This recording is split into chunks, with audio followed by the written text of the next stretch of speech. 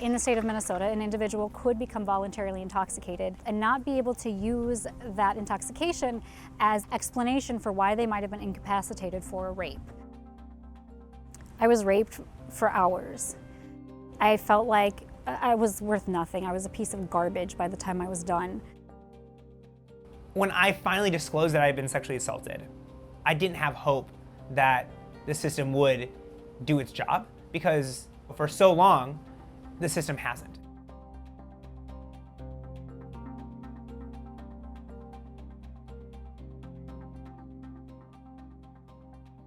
The conviction was overturned by a Minnesota Supreme Court because it said that mentally incapacitated did not apply because she voluntarily became intoxicated.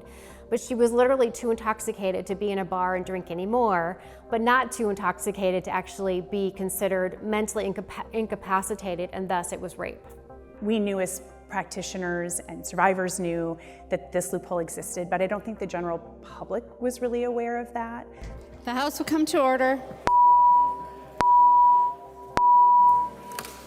This is our law, and this has been our law since the 1800s, when women were considered property. It is absolutely the legislature's role and responsibility to write the law the way that it can actually bring conviction.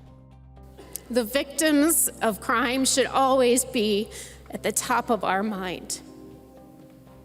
Rape is not a Minnesota issue.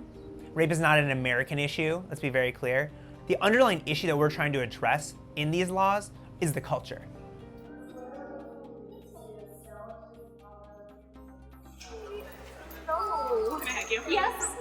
I had not met Keela Marie until she came to testify as just a member of the public in support of the sexual assault working group. And I knew she was someone who was genuine about wanting to make a difference, and not just that we needed to create the working group, but that she wanted to be an active participant. And so I think, to her credit, like, she really kept survivors at the front and center. Okay, here we go.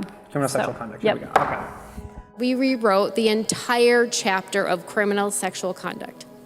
This was no small undertaking. We statutorily required a working group to look at this, and it was a massive, massive group. After you scream into the void for so long and don't feel like you're being heard, you really think you're silenced and no one is listening. To the survivor victims who are listening, we see you, we hear you, and we support you with this bill.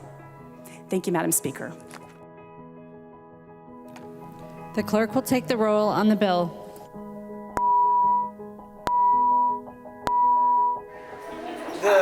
It's happening. Yes. Members, please vote.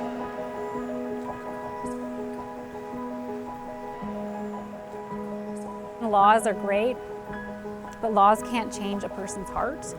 Petersburg, no. Petersburg, no. So I think we're sort of going through this cultural shift. Fotney, no. O'Driscoll. The Me Too movement and all of that has really made it clear that we need changes.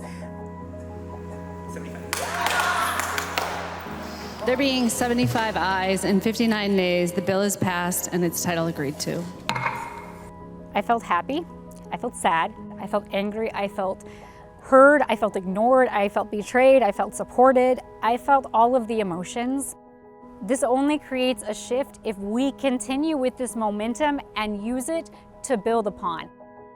This is a movement to end rape culture and to talk about how we get justice for every single survivor of rape and sexual assault, and make sure that we get to reclaim our power.